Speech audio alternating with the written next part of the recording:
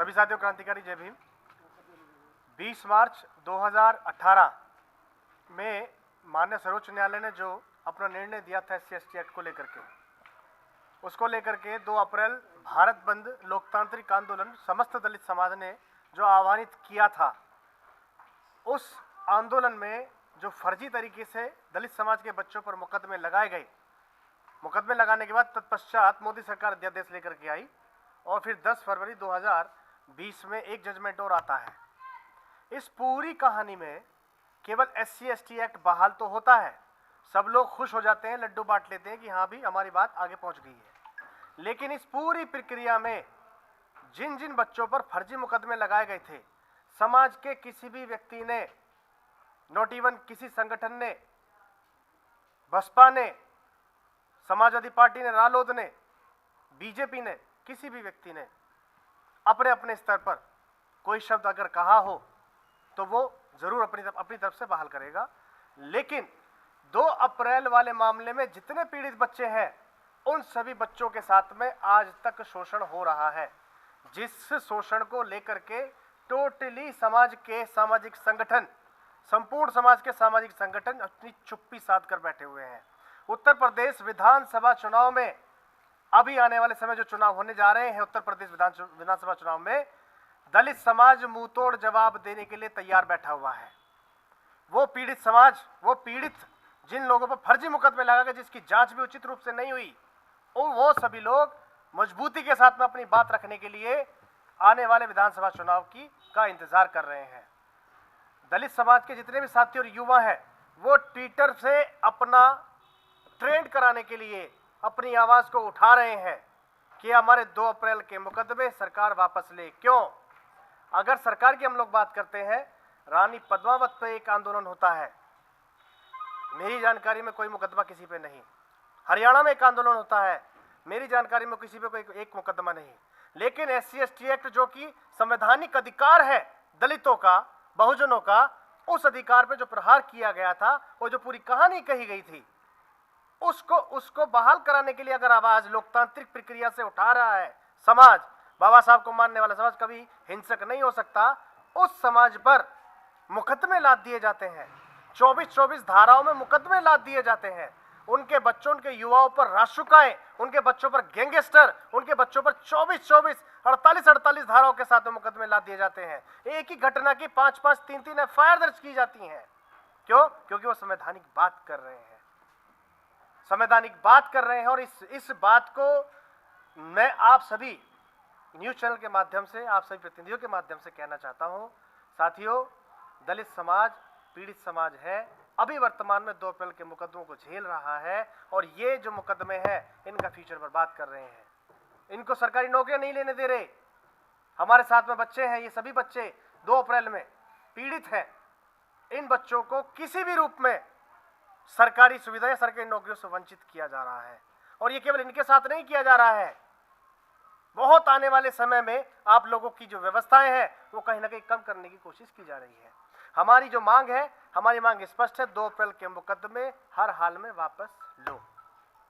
अगर 2 अप्रैल के मुकदमे विधानसभा चुनाव उत्तर प्रदेश में जो होने जा रहे हैं, उससे पहले सरकार वापस नहीं लेती है और सरकार के प्रत्याशी समाज के बीच में वोट मांगने आते हैं, तो उनका मुंह काला नहीं किया जाएगा। उनसे सवाल समाज पूछेगा तो सही, लेकिन उनको 125 ग्राम काली शाही गिफ्ट उपहार के रूप में उनके हाथ में दी जाएगी कि इस शाही को शीशे के सामने रखना और ये कहना कि हमने बाबा साहब के प्रति कितना सम्मान इस समाज के लिए जगजाहिर किया है, इस समाज के लिए कितनी अपनी बात, अपना कितना समय इस समाज के लिए दिया, इन बच्चों के लिए दिया, इनके मुकदमे वापस करने के लिए दिया है। मेरे विचार में, हम सभी लोगों के विचार में, जहां तक 2 अप्रैल वाला मसला रहा, अभी तक किसी भी सामाजिक संगठन की तरफ से महामहिम राष्ट्रपति महोदय, मुख्यमंत्री महोदय को कोई भी ज्ञापन, कोई भी बात बच्चों के मुकदमे वापस कराने के लिए कही नहीं गई है। और ये हमारे लिए दुख की बात है।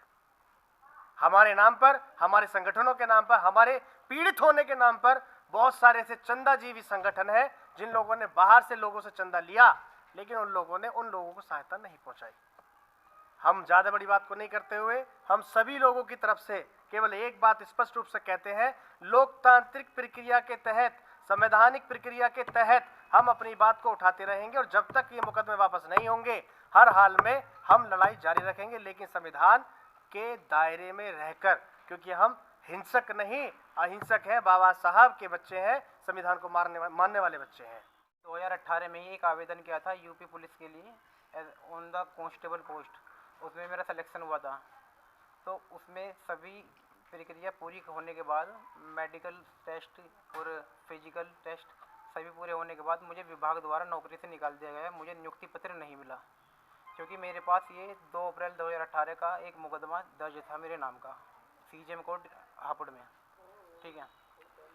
मेरा नाम ललित कुमार, ग्राम मसोड़ा, जिला हापुड़ से मैं आता हूँ। जैसा कि हमारे साथी जगत सिंह ने बताया, मेरे साथ भी सेम ऐसा ही हुआ था। 2 अप्रैल 2018 की रात को जिस वक्त मैं पढ़ाई कर रहा था, उस वक्त मेरे बीएड के एग्ज़ाम चल रहे थे। पढ़ाई करते हुए रात को 11:30 बजे पुलिस आती है और मुझे उठा के ले जाती है इस नाम पर कि हमें आपसे पूछताछ करनी है। जिन लोगों ने वहाँ पर हिंसा करी है, अगर आप उनमें से किसी को पहचानते हो तो आप उन्हें पहचान लेना, अदरवाइज़ हम आपको छोड़ देंगे। लेकिन पर पुलिस स्टेशन में पहुँचते ही पुलिस वालों का रवैया ऐसा हो गया कि अब जो कुछ करा है तू नहीं करा है। वहाँ पर जाने के बाद में हमें पूरी रात वहाँ पर जेल में रखा, उसमें हवालात में रखा। हवालात में रखने के बाद में फिर हमें सुबह जेल भेज दिया गया। लेकिन पर जेल भेजने के बाद में वहाँ तक ही बात ख़त्म नहीं हुई। वहाँ से आने के बाद में जो असली पीड़ा है वो हमारी अब शुरू होती है, क्योंकि हम लोग पढ़े लिखे व्यक्ति हैं, पढ़ लिख करके हम आगे बढ़ना चाहते थे, सरकारी नौकरी प्राप्त करना चाहते थे और उसमें हमारा चयन भी हुआ। लेकिन पर कैरेक्टर सर्टिफिकेट जो कि पुलिस वेरिफिकेशन के बाद में बनता है, जो एसडीएम साहब के यहाँ से बनता है, वो हमारा कैरेक्टर सर्टिफिकेट नहीं बन पाया। इसके बिहाफ पर हमें जो है हमारे विभाग ने, जो हमारा रेलवे विभाग है, उसने हमें नियुक्ति नहीं दी। लेकिन पर जब हमने नियुक्ति ना मिलने के बाद भी फिर भी हमारे अंदर ऐसा कुछ नहीं हुआ कि हम पढ़ाई छोड़ दें या हम हिंसा का रास्ता अपना लें। हमने अपनी पढ़ाई तब भी जारी रखी और अब भी जारी रखे हुए हैं, इस उम्मीद में कि सरकार हमारी बात जो है आज नहीं तो कल सुनेगी और इन मुकदमों को वापस लेगी।